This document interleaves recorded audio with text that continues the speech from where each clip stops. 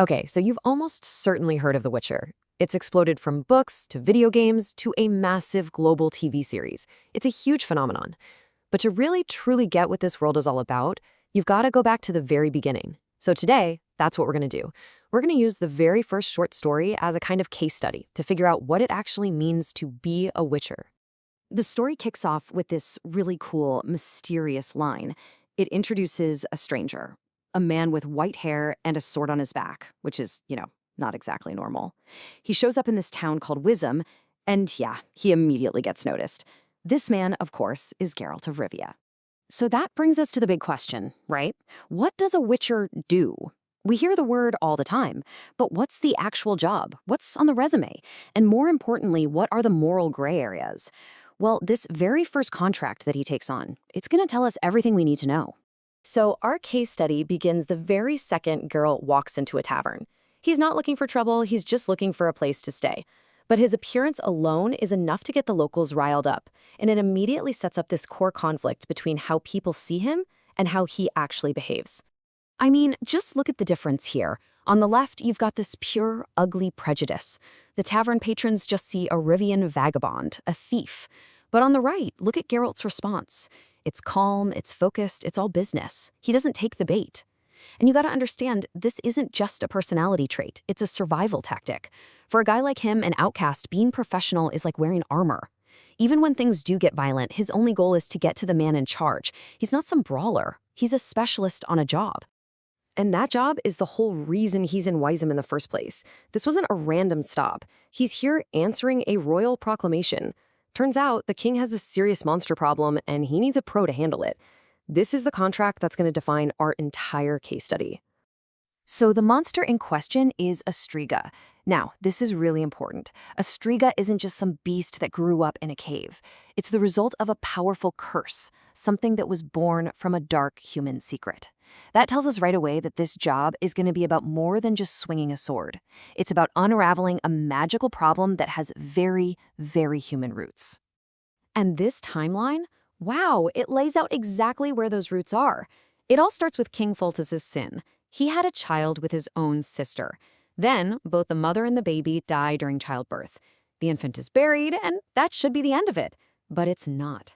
7 years later, she crawls out of her crypt as a monster. And for the next 7 years, she's been terrorizing the old palace.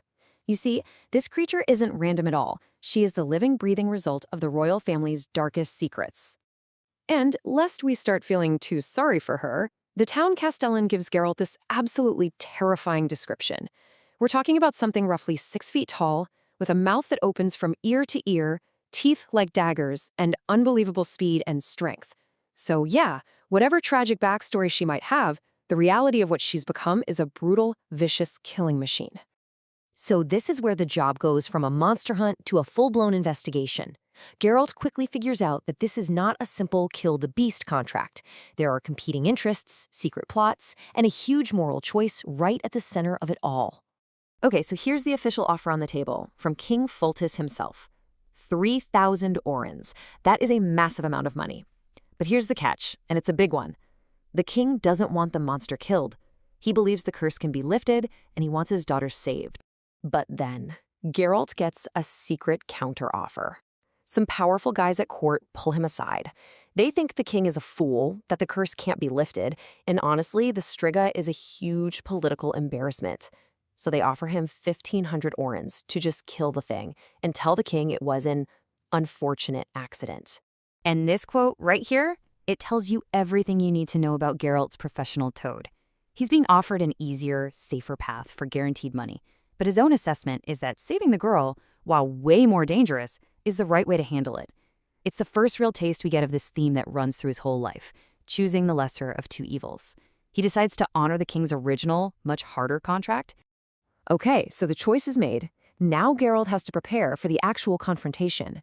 And this is where we really get to see the unique, specialized tools of the Witcher trade in action. This is going to be an all-night battle of endurance and strategy, not just a brawl. And this is not just grab a weapon and run in. No, it's a whole ritual. First, he unpacks his silver sword, a special blade made just for monsters. Then he drinks his alchemical potions. These are toxic elixirs that would kill any normal person, but for him, they grant superhuman senses, crazy reflexes, and turn his eyes completely black. Finally, he goes into the palace, chains the doors, and waits for midnight, the exact hour she comes out to hunt. This is highly technical, almost scientific work. Now, get this. Geralt's goal isn't actually to defeat the Striga in a fight. The win condition is to survive the night and, most importantly, prevent her from getting back into her sarcophagus before the rooster crows 3 times at dawn. If he can just outlast her, the curse will break. It's a battle of pure attrition. So after this insane, brutal, night-long struggle, he does it. Geralt succeeds. But like we said, this world is not a fairy tale. The victory is real, yeah, but it's messy, it's complicated, and it comes at a huge cost to literally everyone involved. He actually did it. Against all the odds, the curse is lifted. The monster is gone, and in its place is the princess, a 14-year-old girl, seemingly rescued from this nightmare. For a second, it feels like we might get a happy ending. But then, you get hit with the grim reality. Geralt is almost killed in the final moments of the fight. He's severely wounded. And the princess? Well, she's physically back to normal, but mentally and emotionally, she's scarred. The book says she's dull-witted with the mind of a toddler. The magic might be gone, but the trauma is very, very real. This cure is not a clean fix. And this quote from the Castellan just captures that ambiguous ending perfectly. He describes the princess in these really blunt, unflattering terms, but then he tacks on that the king is still hopeful. There's no certainty here, just a broken girl, a wounded witcher, and a father desperately clinging to the hope that one day things might get better. And so this whole case study leaves us with this one fundamental question. This is the absolute core of what it means to be a witcher. It's not about killing monsters. It's about navigating a world where the line between human and monster, between right and wrong, between sin and salvation, is just hopelessly, impossibly blurred. And honestly, that's what makes this profession and this entire world so compelling.